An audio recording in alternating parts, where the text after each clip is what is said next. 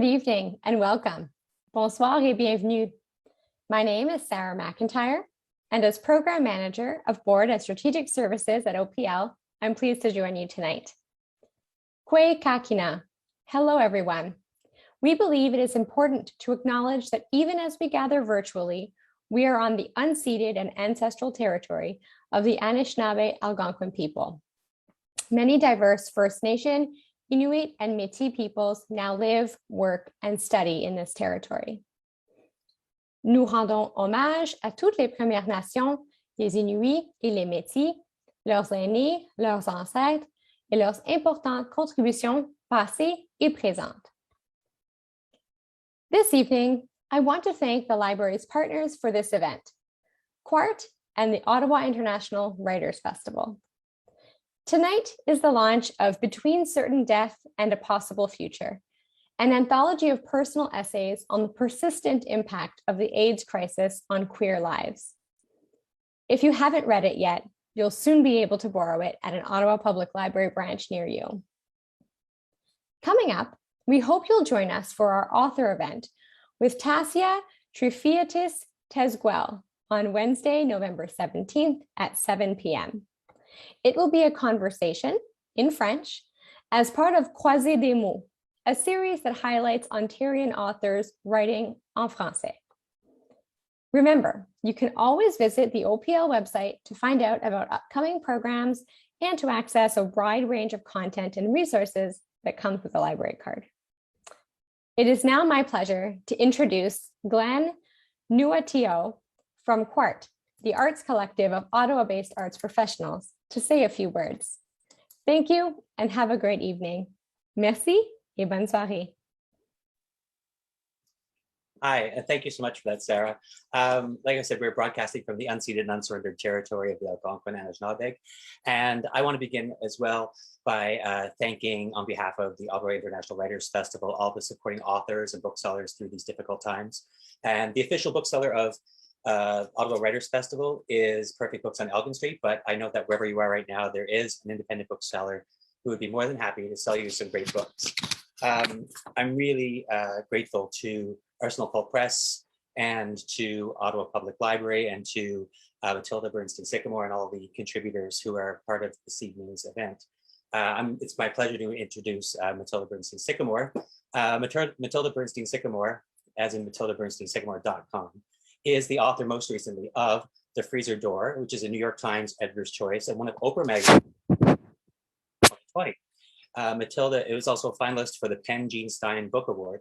Her previous nonfiction title, The End of San Francisco, won a Lambda Literary Award, and her novel Sketchtasy was one of NPR's best books of 2018. Sycamore is the author of 2 nonfiction titles and 3 novels, as well as the editor of 5 previous nonfiction anthologies, including Why Are Faggots So Afraid of Faggots?, Flaming Challenges to Masculinity, Objectification, and the Desire to Conform, an American Library Association Stonewall Honor Book. She lives in Seattle, and her next book, Touching the Art, will be published by Soft Skull in 2023. Matilda's own activism has included ACT UP in the early 90s, Fed Up Queers in the late 90s, Gay Shame, and numerous lesser known and even unnamed groups. Matilda's papers are archived at the San Francisco Public Library and are accessible to the public. This is Between Certain Death and a Possible Future, and this is Matilda's 6th anthology. After reading her introduction and these essays, parts of them you'll hear this evening, it's an honor to welcome editor Matilda Bernstein Sycamore. Over to you, Matilda. Thank you. Oh, thank you so much. It's so great to be here, and welcome to everyone to this event for Between Certain Death and a Possible Future. So this book came about when I realized there was a missing generation in AIDS literature and cultural politics. Usually we hear about 2 generations. The first, coming of age in the era of gay liberation, and then watching entire circles of friends die of a mysterious illness as the government did nothing to intervene. And now we hear about younger people growing up with effective treatment and prevention available and unable to comprehend the magnitude of the loss. We're told that these 2 generations cannot possibly understand one another and thus remain alienated from both the past and the future. But there's another generation between these two, one that came of age in the midst of the epidemic with the belief that desire intrinsically led to death and internalized this trauma as part of becoming queer. I'm a part of this generation. We share experiences with both of the more commonly portrayed generations. Maybe we are a bridge between them. This is my 6th anthology, and with every new project, I always start with an open call for submissions that I circulate as widely as possible, so I can bring together the broadest range of perspectives. When I was writing the call for submissions this time, I was careful not to impose specific dates on the generational frame, because I knew this would vary depending on a wide variety of factors, including race, class, gender, religion, ethnicity, rural or urban experience, regional or national origin, HIV status, and access to treatment and prevention over time and in shifting contexts. I knew that any generational frame only offers a partial truth, so I didn't want to impose artificial boundaries. I wanted to put out the idea and see who responded. I originally thought of this anthology as including anyone who came of age sexually in the midst of the AIDS crisis before the advent of effective treatment. But one thing that happened as soon as I started reading submissions was that the scope of the book expanded to include some people growing up well after the emergence of protease inhibitors, but still experiencing the feeling of growing up between certain death and a possible future. To me, an anthology is an intervention. My goal is not to create a definitive text, but to inspire more stories from even more angles, to facilitate even more conversations, to deepen the analysis, to complicate the narratives. As I was working on this anthology, I was flooded by my own memories. So many stories that I'd almost forgotten, hovering at the edge of my awareness. Like when I was 19 and I drove cross country to move to San Francisco. What I remember most from that drive was stopping in a rest area somewhere in the middle of the country where I'd never been, getting out of the car to throw out my trash. And while I was stretching, the rest stop attendant came out wearing orange rubber gloves that went up to his elbows. And he pulled my trash out of the garbage can and put it in a giant blue plastic bag that he immediately tied to dispose of elsewhere. "You need to leave," he said, "or I'm going to call the cops." To be a 19-year-old faggot at a rest area in so-called middle America in 1992 meant you were a threat. What if someone got AIDS from your trash? In San Francisco, I found the dykes and fags and gender-bending weirdos and other outsider queers like myself. We needed one another to survive the world that told us we deserve to die.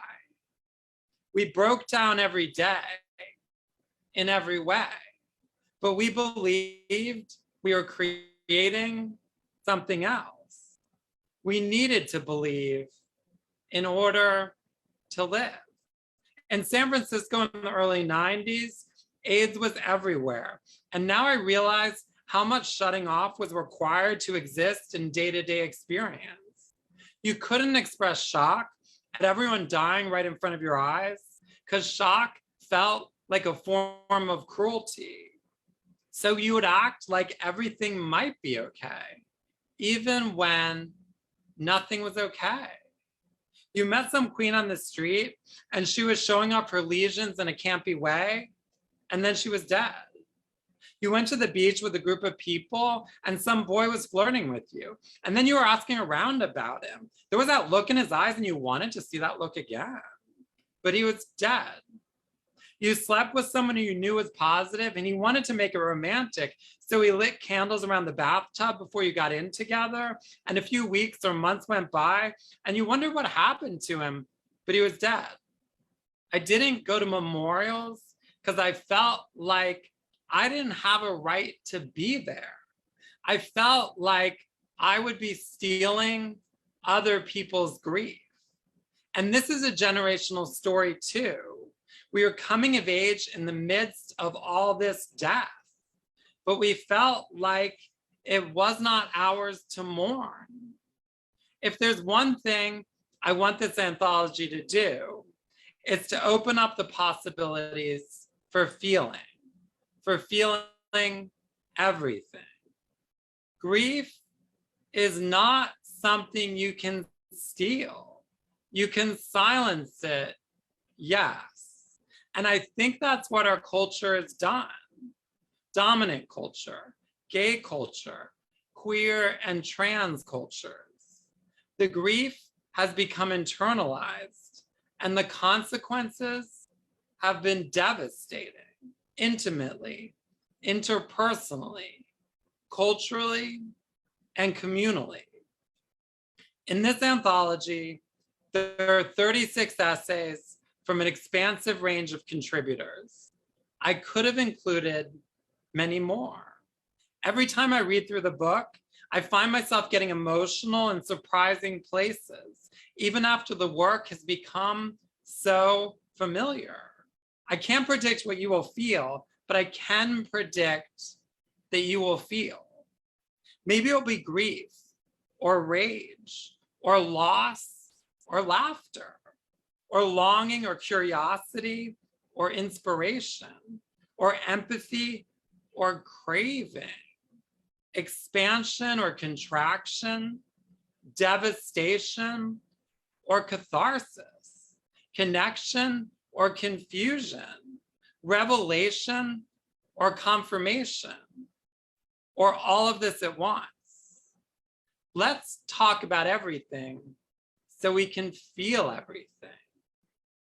Let's feel it all so our future remains possible. So thank you all for coming this evening.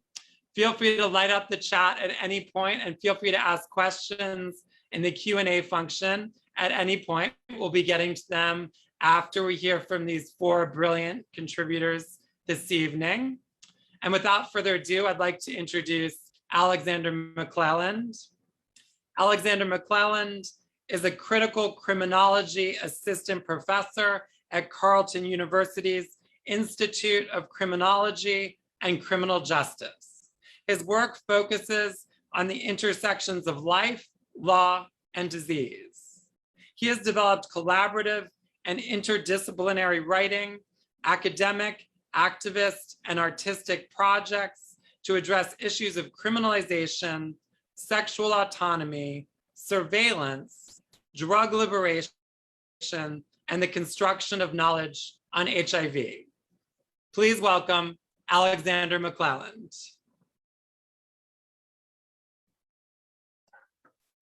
Thank you so much, Matilda. So wonderful to be here. Thank you to everyone at the Writers Festival and to Glenn at CART and to the Ottawa Public Library.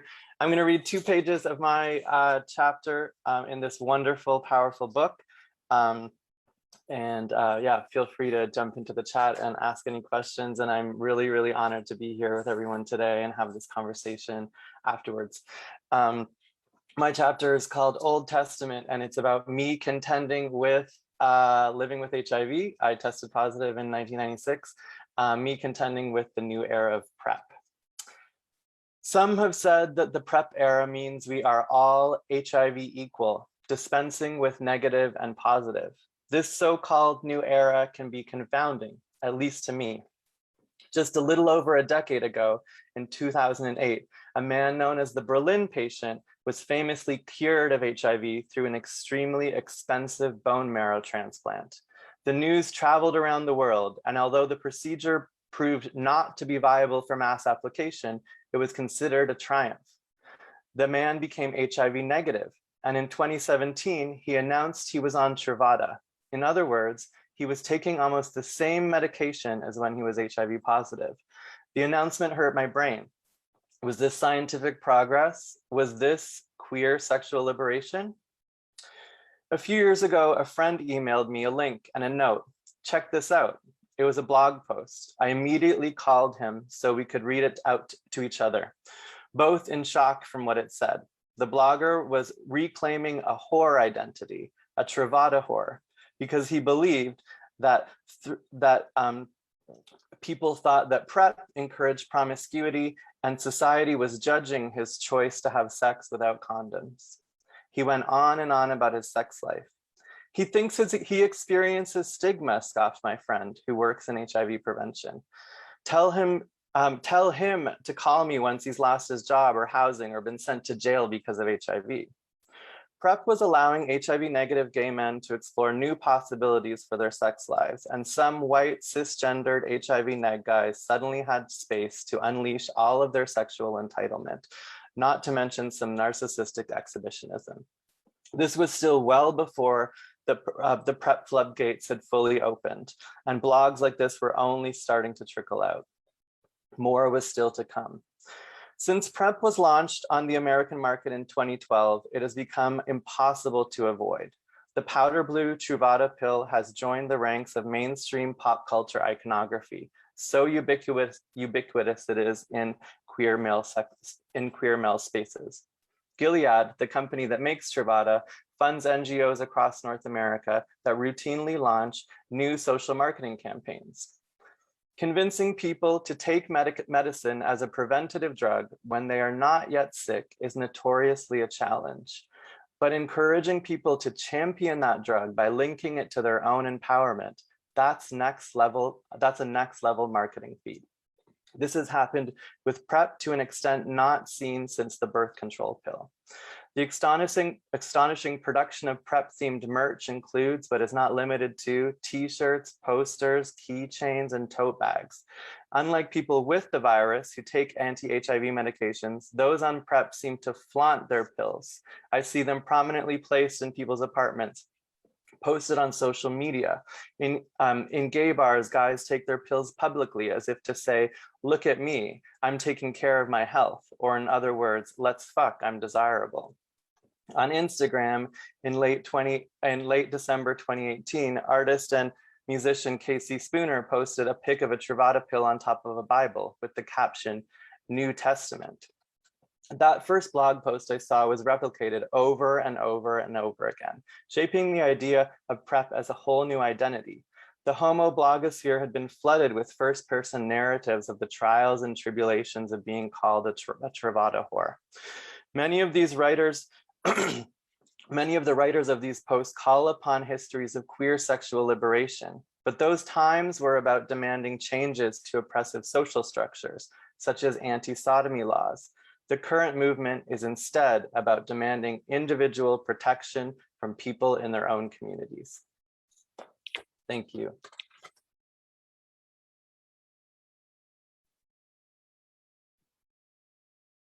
Thanks so much, Alex, for that wonderful reading. And our next contributor, Eddie Walker, was born and raised in Canton, Ohio. He attended Kent State University and graduated in 1998 with a BBA in Computer Information Systems. After graduation, Eddie Walker moved to Seattle, Washington.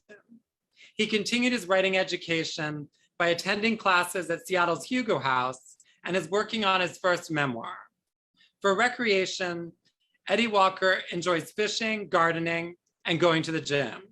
Eddie Walker lives in Seattle with his partner and 3 Labradors, Judah Valentine, Paco Versace, and Kayla Vanderbilt. Please welcome Eddie Walker.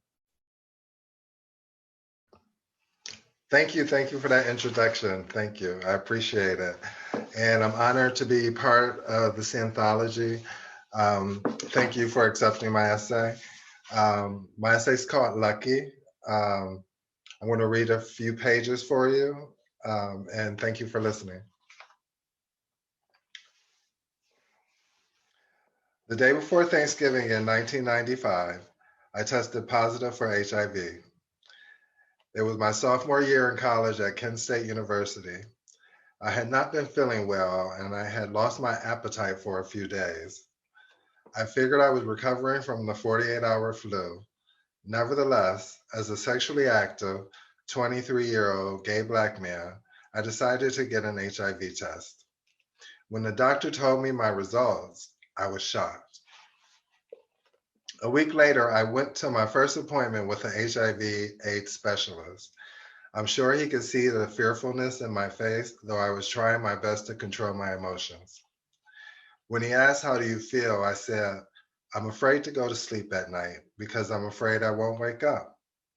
I dropped my face into my hands and I wept as I tried to silence my sobs. He said, "Don't cry." Ooh, sorry about that. He said, "Don't cry. You're lucky it's happening to you now. Forgive me." Growing up gay in Canton, Ohio was challenging. I did not know anyone who was gay until I went to college, so I had to figure out how to be gay on my own. Occasionally, a gay character made a cameo appearance in a television series, but that was all there was in the 80s. Much of my education came from watching the news about gay men dying of AIDS, wondering if this tragedy was my destiny, or from the gay romantic comedies and movies about AIDS on VHS that I order from TLA Video. I can imagine myself in the happy moments, but everything was about gay white men. So I thought I couldn't be Black and gay. But trying to be straight always felt unnatural, awkward. I knew I wasn't pulling it off. When Magic Johnson announced he was HIV positive in 1991, it brought the epidemic to my front door. My dad never talked to me about sex until Magic Johnson. He said, "Use a rubber when you have sex so you won't get AIDS. Because once you get AIDS, you're sick for 2 years and then you die." In order to end the conversation, I simply said, "Okay." I was 16 when we had the talk. The first time I had sex was 1 week shy of my 18th birthday. It was the end of my senior year in high school. I just had left a graduation party because I was bored. I decided to take a long walk and ended up in downtown Canton. Outside a late night pizza parlor, an older Black man struck up a conversation. He looked as old as my father, if not older, and he had a bit of a belly. I did not find him attractive at all, but he was familiar. He could have been one of my older male cousins or uncles I'd seen at our annual family reunions or summer barbecue. He knew how to flirt without being overt, and I realized I knew how to flirt too. I don't know exactly how I learned, but flirting with men just came natural to me. After talking for a few minutes, he asked if I wanted to hang out. He drove, we stopped for beer and condoms at my insistence. I wanted him to see me as responsible, even though I forgot about the condoms as soon as they were in the bag. We drove to the Blue Moon Motel in East Canton. When we got into the room, I was nervous and excited at the same time. He got me to relax, and eventually we were both naked. He took his time with me. We started kissing, and then he told me to suck his dick. Nothing felt more natural or heavenly, which made it official. I'm gay.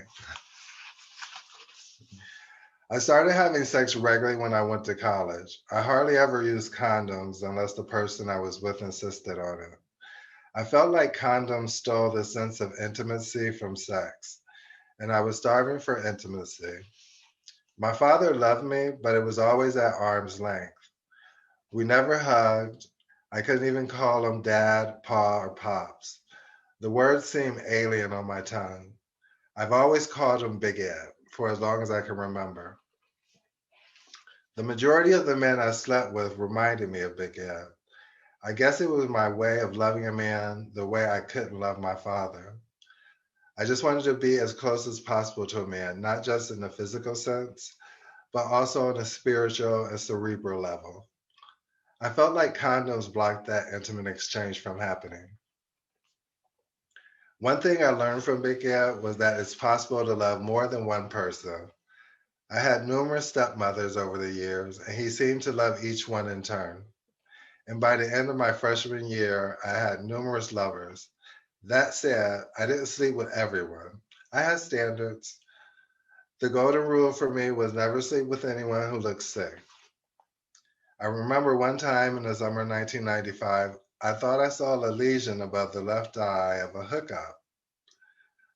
I didn't ask him about it and I dismissed it as a scar, but after I tested positive, I was certain that was the time, even though I'd made many exceptions to my golden rule. And we all know that someone can look healthy and still be positive. The doctor told me I was lucky that I tested positive when I did. He explained that the first protease inhibitor medication had been approved for use by the FDA. This gave HIV positive individuals the option of a cocktail treatment. The cocktail was 2 antiretrovirals, AZT and 3TC, taken with the protease inhibitor Crixivan. At best, I thought it would slow the progression of the disease. In my mind, Big Ed's 2-year timer was ticking, and I needed to make some moves.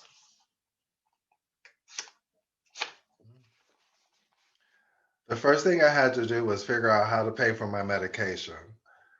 Since I wasn't tested anonymously, my HIV status was considered a pre-existing condition, which meant the cost of my medication wouldn't be covered for 1 year.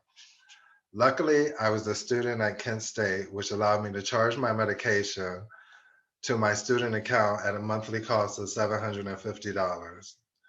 I used my student loan money to pay the balance of my account at the beginning of each semester. When I tested positive, I was still commuting daily from my father's home in Canton to college and work in nearby Kent. In less than 2 months, I decided to move to Kent. I left home because I didn't want to risk anyone in my father's household seeing my medication or the medical insurance mail I started to receive. I did not want anyone in my family or hometown to find out about my HIV status. I come from a hyper macho Black family. It was bad enough that I was gay. Everyone in the family knew this, but no one would dare utter a disparaging word about me for fear Big Ed would break their jaw. My father taught my 3 younger brothers and me that we had to be men, and that included handling things on your own. That's what I felt like I was doing. I would not let my father bear the stigma of having a gay son, and certainly not a gay son dying of AIDS. I felt it was my burden alone. That's why I decided to move out of my father's house and eventually move out of the state. I looked at a map and I said, what's the furthest place from Canton, Ohio? The answer was Seattle, Washington. I'm going to end there and give you something to look forward to when you finish the essay on your own. But thank you for reading and listening, and I appreciate being involved in this reading. Thank you. Thank you so much, Eddie, for the beautiful reading. And I want to encourage anyone in attendance, feel free to light up the chat at any time. Tell us where you're joining from. Tell us you're here, whatever you want to do. And also, if you have any questions, you can put them in the Q&A function at any point. Our next contributor, Kate Doyle Griffiths, is a writer and medical anthropologist and teacher based in Brooklyn. They teach at Brooklyn College, the Brooklyn Institute of Social Research, and edit Spectre Journal. They're a member of Red Bloom Communist Collective, a parent, a lifelong cat lady, and more recently, a pug dad. Please welcome Kate Doyle Griffiths. Hi, everyone. I'm really, really delighted to be here and getting to read some personal writing, because that's not usually my mode, and also getting to enjoy the writing of other folks here. So the title of my piece in this anthology is called Family Business. And I'm going to read a section from the middle, actually, but I think it requires mentioning, as I do in the beginning of the essay, that my mom is a physician. She's a pediatric infectious disease specialist who treated children with AIDS during most and HIV and then AIDS during most of my childhood. So that's partly why it's called Family Business. And I'm going to start by talking about my mom. So without further ado, my mom once took me to sleepaway cancer camp for a session while she worked as the doctor on site. And I was the only kid there without cancer. I stayed up at night in the bunks while the cancer kids poured out their hearts and fears to each other. And some of them talked about knowing they would die soon and how. Most of these kids weren't really that sick, but a lot of them didn't have any hair or were on restricted diets. I thought about not dying a lot. After that, I told my mom that I didn't want to play with the sick kids anymore, but I still did sometimes because I was with her at work and other kids were there and they hated hospitals and the smells and the bent railing and the waxed floors as much as I did. The AIDS kids were different from the cancer kids. They didn't know what to expect. Some of them didn't know anything at all. Most of them didn't seem that sick, but some of them looked oddly old, with old skin on young bodies, sometimes suddenly. They all thought they might live. None of them did. A couple of times I helped make bits of the AIDS memorial quilt. It always happened that a kid's favorite song was supposed to be "You Are My Sunshine," which my mom also sang to me, and these were also her kids. Later, I went to one of those displays of the quilt at the George R. Brown Convention Center, and there were a lot of sunshines. To be honest, I didn't know which ones were ours. When I was a kid, sometimes I would pretend to be sick so I could stay home from school and watch talk shows. And I remember one show in particular, I think it was Geraldo, but it might have been Oprah back when she was tackier. It could have been an early Jerry Springer. I think I was 8 or 10, and I don't really know if this show really happened, and I haven't researched it, but this is how I remember it. The show hosted a debate between a flaming radical act up queer from New York City. He called himself Flaming, Radical, and Queer, in a debate with a homophobic family values pastor or someone like that. The interview had 2 moments for me. One where the hero called himself queer in response to being referred to sneeringly as a homosexual. It was definitely my first time hearing that word, queer. It was whatever it was, I wanted to be it. He explained, yes, I have sex with men. That's how I contracted this disease. Why would I be ashamed of it? My quote might not be accurate, but I'm confident about queer, yes, this disease, and asking why he should be ashamed. The end of the memory, but certainly not the show, was when that nasty old fucker declared AIDS people or victims, I don't know how he put it, but he said something like people with AIDS should be quarantined on Manhattan Island. And I swear he said left to rot. He said, why not? You're all gonna die anyway. And the queer said, well, so are you. I didn't just want to be like him right then. I knew I was. I repeated this to everyone constantly. I really didn't want anyone else to miss the opportunity. Well, so are you.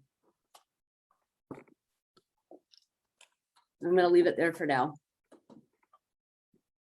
I will say the rest of the essay is also about living in South Africa much later as an adult during the still height of a mostly largely untreated HIV and AIDS epidemic. So.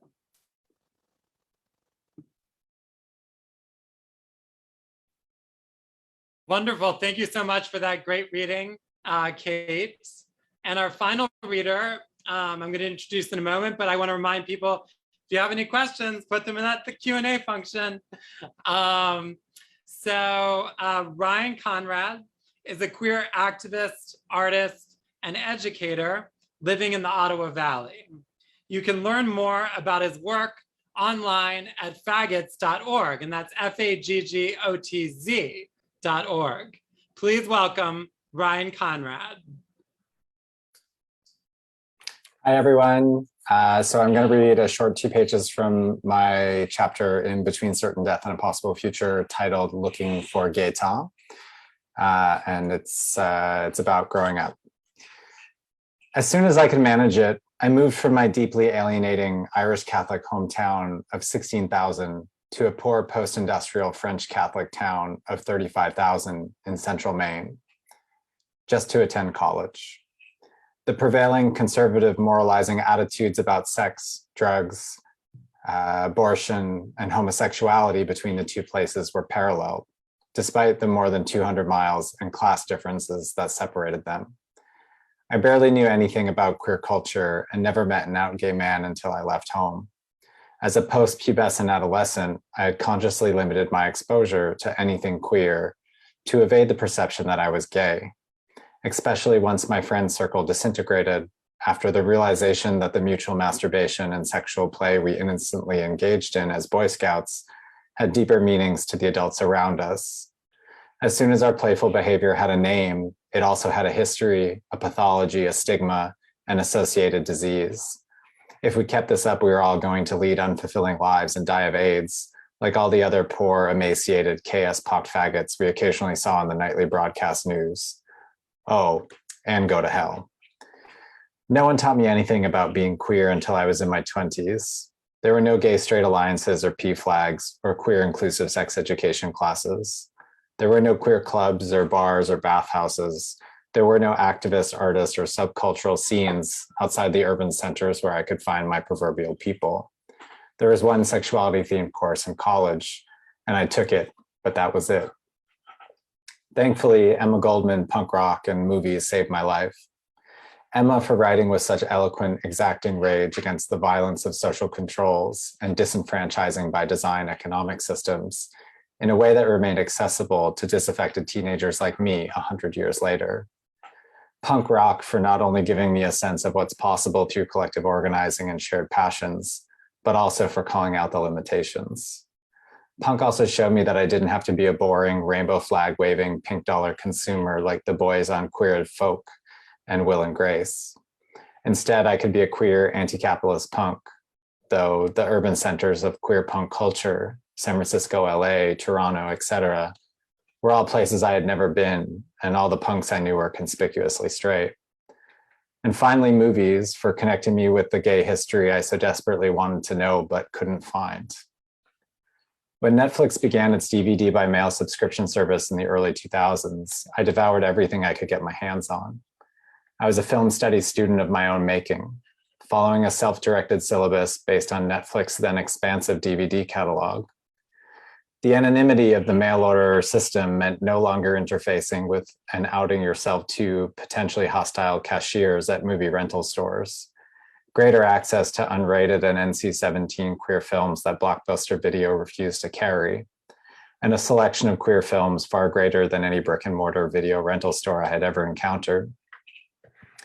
Through Netflix and the painfully small video library at the college I attended, I watched queer film classics alongside a slew of queer AIDS movies on glitchy, degraded VHS or DVD digital transfers. An Early Frost, Parting Glances, Common Threads, Longtime Companion and Tongues Untied, Silence Equals Death, The Living End, Blue, Philadelphia, Silver Lake Life, Totally Fucked Up, It's My Party, Love, Valor, Compassion, After Stonewall, Angels in America. Despite deficiencies in representation, constraints of genre, and other shortcomings, these movies were where my HIV/AIDS and queer historical education took place, as there was nowhere else for me to start. The AIDS crisis has always been a crisis of representation, not just a medical or political crisis. And I'm going to end there.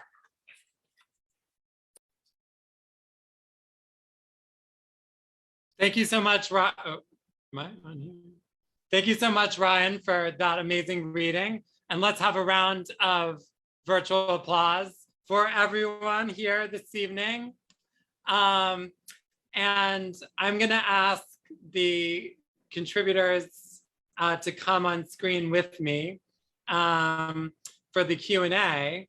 And one thing I was just thinking, actually, Ryan, when you say the AIDS crisis is a crisis of representation, I'm thinking about one of the unexpected themes in the book actually is this getting access to representation of queerness and of AIDS through video stores and through mail order sites like you mentioned Netflix, Eddie mentions TLA Video, and then also this idea of representation in general, which Kate points to in their piece with Geraldo and these trash talk shows being in some ways like a way to first learn about HIV and AIDS and especially to learn about people who are HIV positive. And I wonder if anyone wants to talk about that issue of representation.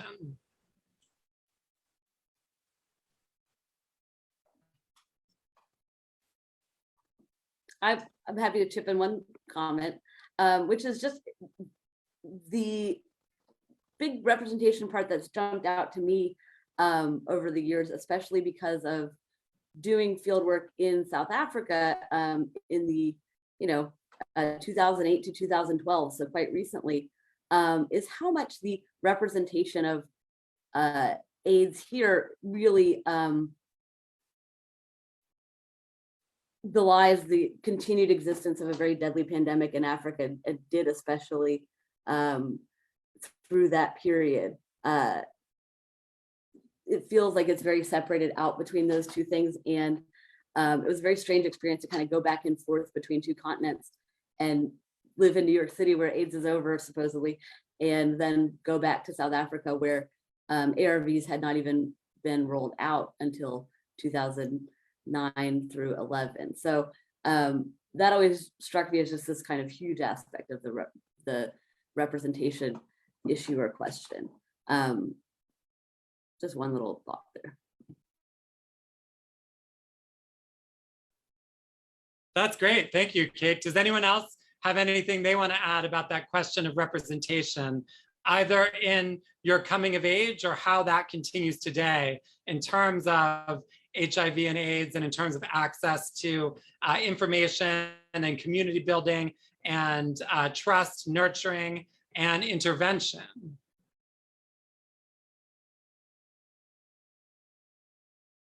Well, I see there's a question in the Q&A, so let's go to there.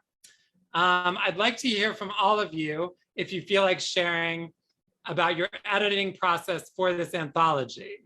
How do you edit in a way that is collaborative with anthology authors? Oh, okay, so that's for me. How do you go about it, Matilda, and how does it work for the rest of you? Okay, so I'll start, and then anyone else can join in. For me, I think as an editor, what I always want to do is to make the work as strong as possible on the terms of the writing itself, right?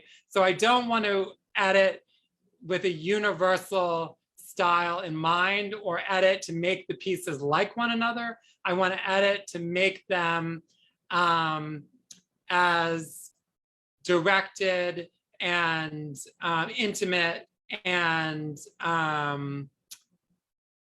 pointed, I guess, but on the terms of the writer themselves. So maybe other people want to join in and tell me if that worked out or not. Does anyone else want to comment on that question of editing for this book in particular?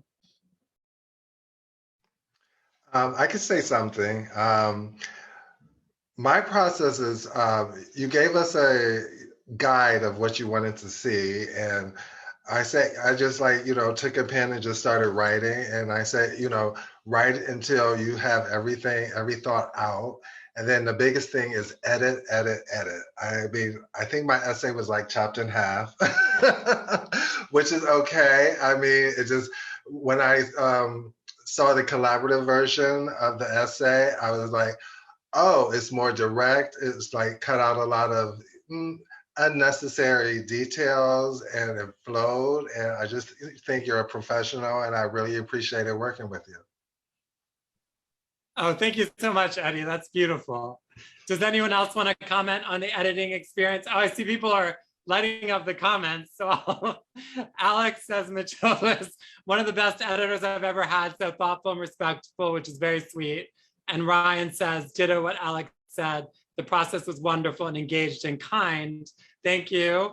If anyone else wants to comment, just let me know. Oh, look, there's another question. Oh no, not another question yet. So one thing I was thinking that all of your pieces point to is this issue of stigma and how stigma impacts access to education and to community and access to queer culture itself. And I wonder if any of you want to talk more about that legacy of stigma and how it affected your coming of age, but also how it continues today.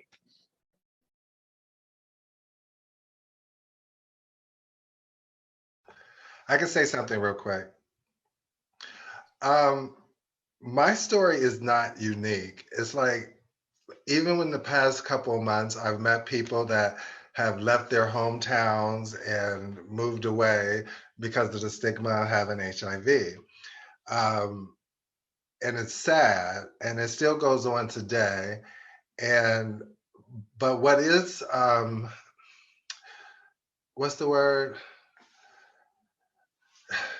Enlightening is a good thing, is like Billy Porter. He's the actor from Pose. He's kind of like, showcasing, gay blackness on a commercial scale. What's the other guy? He's the singer Nas X. Queen of the Queens. I mean, it's like he's over the top, but that representation was not available when I was growing up. And even in today's age, I mean, it's the exception to the rule. Being gay in the Black community still has a stigma, and it prevents people from getting tested. They put on blinders. We have individuals that's on the DL down low, and only God knows if they're positive, and they're passing it from themselves to their male partners, female partners. And it's still a stigma. How do you get rid of it? I don't know. I think it's just like a personal choice where you have to take responsibility for your own health, and also responsibility for the people you're with. You don't want to give them anything. So you just try to be responsible. However, the situation still remains. It's still a stigma in the Black community. I mean, I hope they get over it. I mean, all we can do is pray. But in the meantime, I tell the young people, it's like, living your truth. I mean, just to not be able to, be who you fully are is limiting your possibilities. So I just hope for the best, but that's what the situation is now. In the past, it was even worse, but like I said, I'm hoping for the best. Great, thank you so much, Eddie. I see that there's a bunch of questions jumping up, so I'm going to go to the next question. And of course, if anyone has anything they want to add about that question of stigma at any point, just jump in.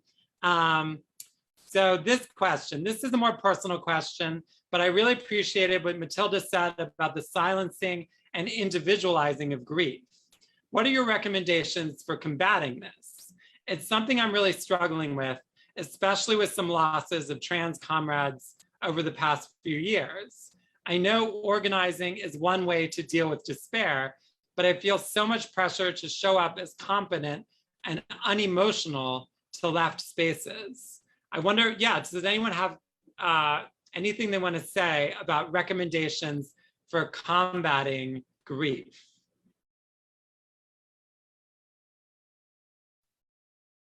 I can go for a second. Well, first of all, I put up my favorite poster behind me, "Don't Stop Bereaving," because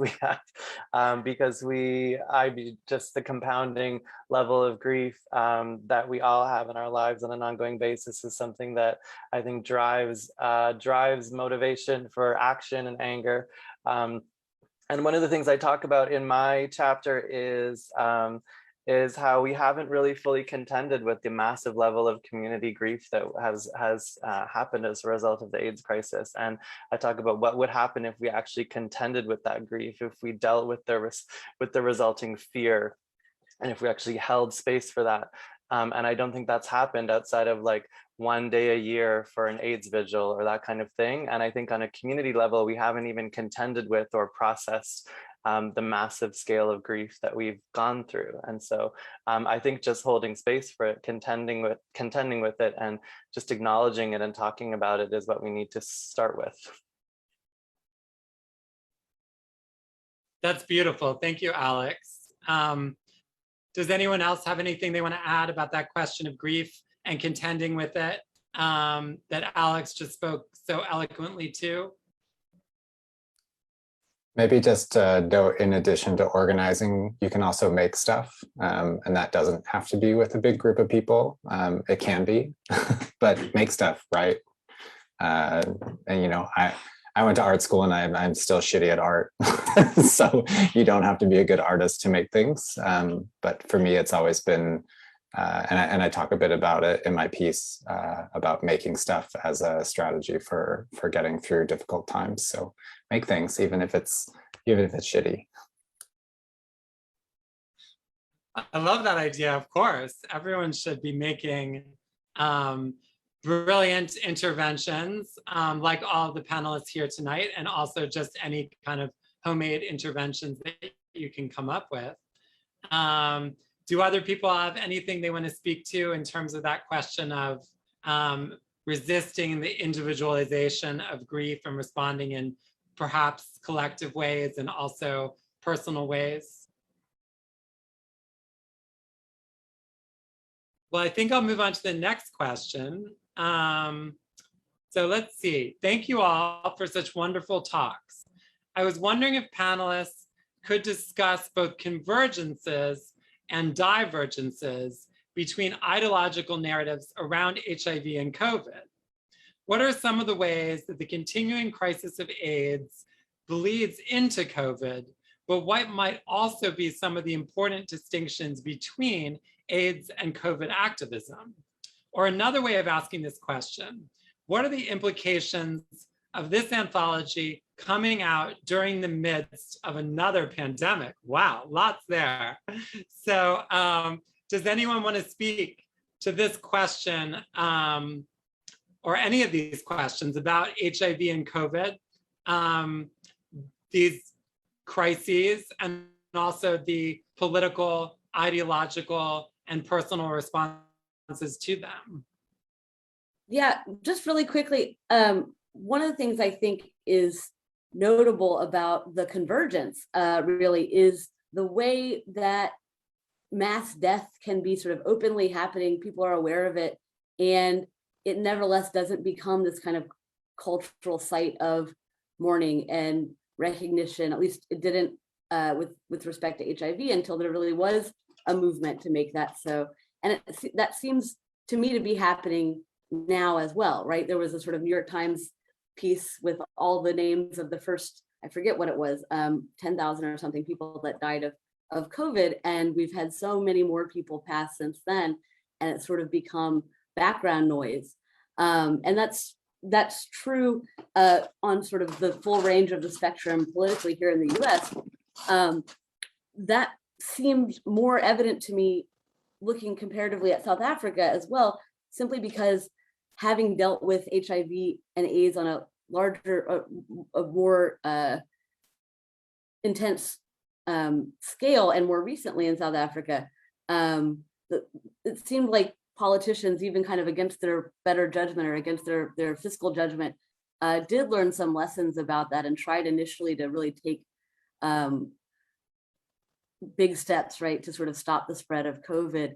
But once that stopped working in both the US and South Africa, I really saw a lot of kind of very individualistic kind of blaming people for getting sick, which seems ridiculous when it comes to HIV and AIDS, but even more ridiculous when it comes to like an airborne disease that is like extremely challenging to prevent the spread of, is highly infectious. You nevertheless get this very individualist ideology that we remember and have seen in HIV and AIDS of blaming the victim really for getting sick and stigmatizing the class status and other kinds of oppressed categories of people that are more vulnerable to that as somehow at fault, right, for having gotten sick. And that, you know, maybe I should have been able to predict that, could have predicted it, but it nevertheless hit me as a real sort of tragic repetition of some of the things that we saw. There are of course differences, and I think other people are probably going to want to pitch in on that, and I'm going to stop blabbing so other people have a chance to talk.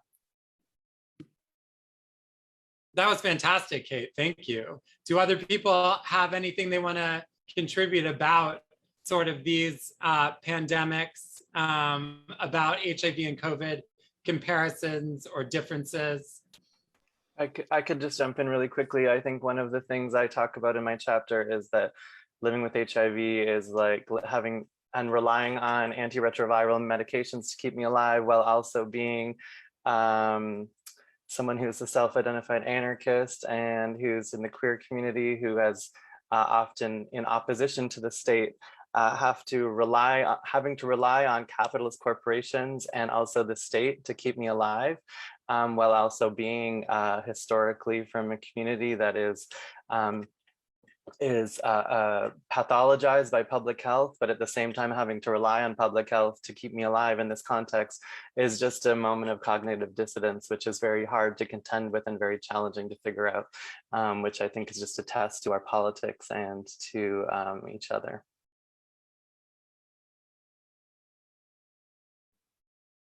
That's a great point, Alex. And I think also, of course, there's that connection where we have pharmaceutical companies furthering the pandemic around the world, which is obviously, a lesson that should have been learned from HIV and AIDS, and is a lesson that is not learned now. The entire, COVID-19 pandemic is furthered by that, right? It's a pandemic of greed, and pharmaceutical companies like running the show, and and I think that in some ways is that loss. Certainly what you're talking about, the sort of corporatization and the control of our health, pharmaceutical companies controlling the health of our lives, positive or negative, and is so clear, with this new pandemic where access to, the vaccine is dependent entirely on the power of the country that you live in,